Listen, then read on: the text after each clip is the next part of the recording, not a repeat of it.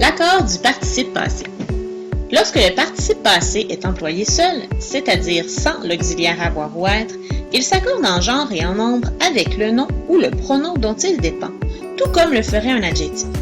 La différence entre un adjectif et un participe passé, c'est que ce dernier provient d'un verbe. Dans la phrase « L'adoption doit être une décision réfléchie », le mot « réfléchi » n'est pas un adjectif, mais bien un participe passé, puisqu'il vient du verbe « réfléchir ». Comme il n'y a aucun auxiliaire devant, on dit qu'il est employé seul. Il s'accorde donc avec le nom auquel il se rapporte, c'est-à-dire décision. C'est la décision qui est réfléchie. Comme décision est un nom féminin singulier, réfléchi sera au féminin et donc s'écrira avec un E. Le participe passé employé seul ne se trouve pas toujours après le nom. Par exemple, dans la phrase « convaincu », ils adoptent une chatte tigrée. Le participe passé est convaincu. Celui-ci est placé en début de phrase et dépend du pronom « il ». Comme ce dernier est au masculin pluriel, convaincu se terminera par un S. Bien souvent, un participe passé est conjugué avec ce qu'on appelle un auxiliaire. Il peut s'agir du verbe être ou du verbe avoir.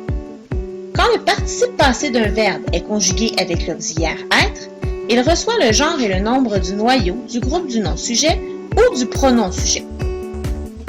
Dans la phrase « Les lionceaux sont nés ce matin », le participe passé « né » est employé avec l'auxiliaire être « sont ».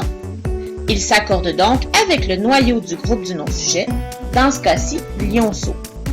Comme « lionceau » est masculin pluriel, « né » prendra un S.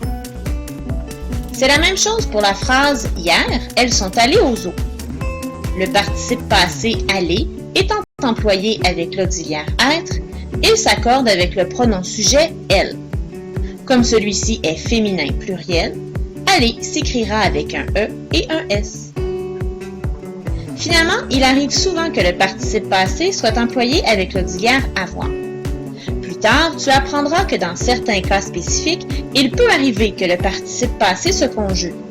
Toutefois, en 5e et 6e année, retiens simplement que tu ne dois pas l'accorder lorsqu'il est précédé de l'auxiliaire avoir. Alors voilà, ça fait le tour de ce que tu dois savoir sur l'accord du participe passé. Bonne fin de journée!